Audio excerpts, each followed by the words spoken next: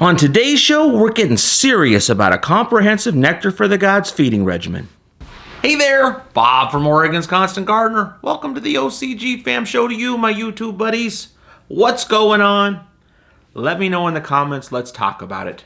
So today, we're getting going seriously with this comprehensive Nectar for the Gods feeding regimen. If you're just tuning in, let me recap a little. So what we've got going is we've got a lot of different kinds of growers. And at one end of the spectrum, you've got people that just want something simple. They want some natural inputs that are going to grow a quality crop that they can trust. And for them, one shot. Just put some of this, sprinkle it on, scrape it in. Or maybe some Gaia, mix it with some water, pour it on. You're good to go. At the other end of the spectrum, you've got grow ops, where you're growing a whole bunch of plants, and you've got to think about the bottom line, profit and loss, scalability, risk versus reward, and diminishing returns. Diminishing returns is a big one. You could use all of this stuff, but all of that stuff may get you just a little bit better, but cost you a lot more, and you can't make that go because, you're going to be bankrupt.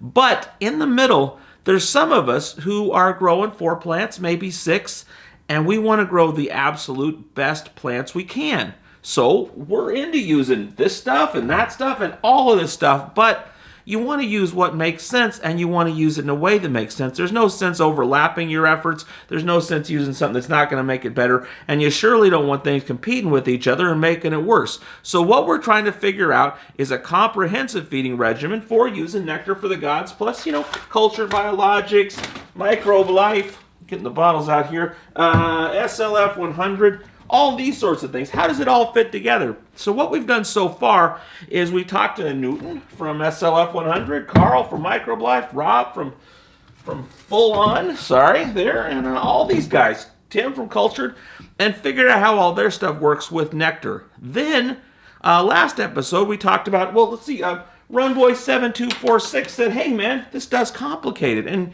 you're right. So what we're trying to do is make it simple, make it easier to figure out. So we started off with the simplest thing. A little one shot. Pour that on the plant, scrape it in a little bit, you're good to go. Next step, Gaia Mania. This stuff you can mix in some water, pour it on the plant, you're good to go. So let's look at what a feeding regimen of that would look like. So you got your Spartan regimen here. This is the simplest regimen that Nectar for the Gods makes. Just 5 products, 4, and your Olympus up for adjusting your pH. And for that, it says when you're an early vegetative, 10 milliliters of Gaia Mania per gallon. Now, if you're just doing Gaia Mania, I double that up. So our most basic feeding regimen would be putting some one shot on there and scraping that in. A liberal amount. Let me show you what I'm talking about. You take a fairly liberal handful of your one shot, you sprinkle it all around there, and then you kind of scrape that in so it gets kind of worked into the soil just on the surface there. And I do that about once a month. The next step, if you want to get a little more complicated, is your Gaia Mania. So you get your bottle of Gaia Mania, shake it up well, and you put about 20 milliliters of this into a gallon of water. Okay, just like that. You mix it up.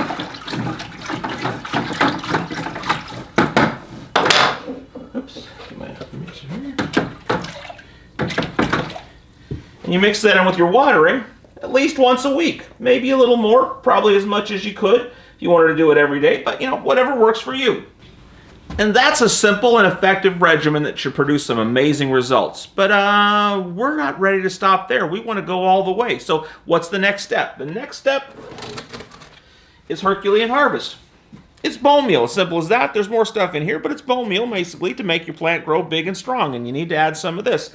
When you're in veg, 5 milliliters probably. When you get into bloom, you can start pushing it.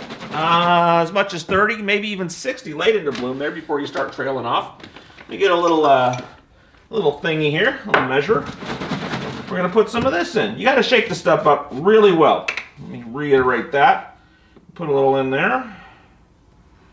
Should look like a warm milkshake when you get it done. That's about right. You don't have to be too precise at this point. Put that in there. And you want to mix that up. Where to put my mixer? It's right here. It's right here, Bob. Put that in and mix it up.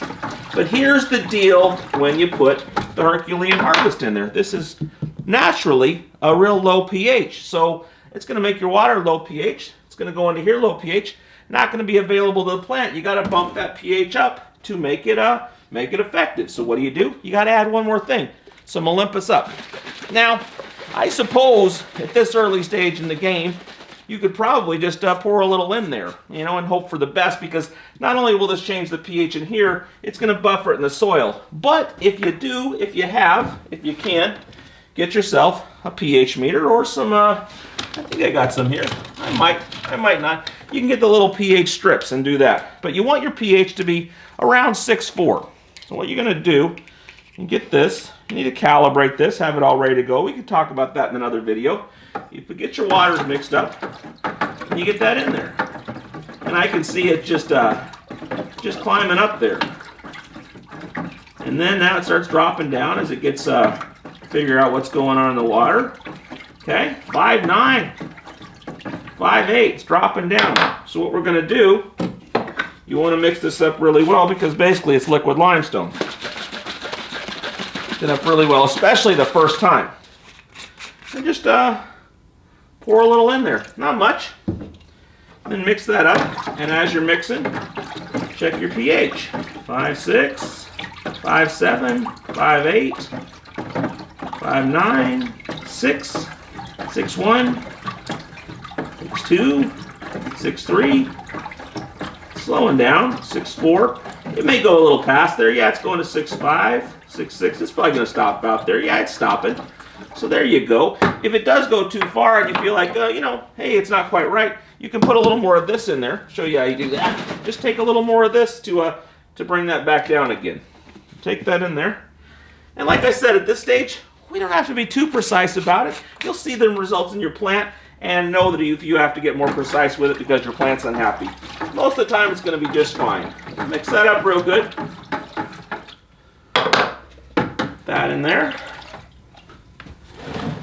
Ooh. Put this guy away. You gotta be careful with these fragile instruments. You pour that on. Okay, and we're one step closer to having our full-on regimen of what we're going to do for our plant. Let's recap. Gaia, where did I put it? It's here somewhere. One shot. We put a bunch of one shot on. We do that once a month. The Gaia, we put that on. We do it at least once a week. More is better. Herculean Harvest. Not much at the start, a bunch as we get into flower. You do that, you got to have some pH up. I think that pretty much covers it for today. Next time, we're going to add another nutrient. And that's the show. I love you, and I'll see you tomorrow. It's going to be fun. For more information about anything on today's show, go to our website, OCGFAM311. And if you buy anything while you're there, use the code OCGFAMShow. It's going to save you 20%, and it's a lot of fun. The OCG Fam Show, it's pretty good. It happens every day. It's the OCG Fam Show. See you tomorrow.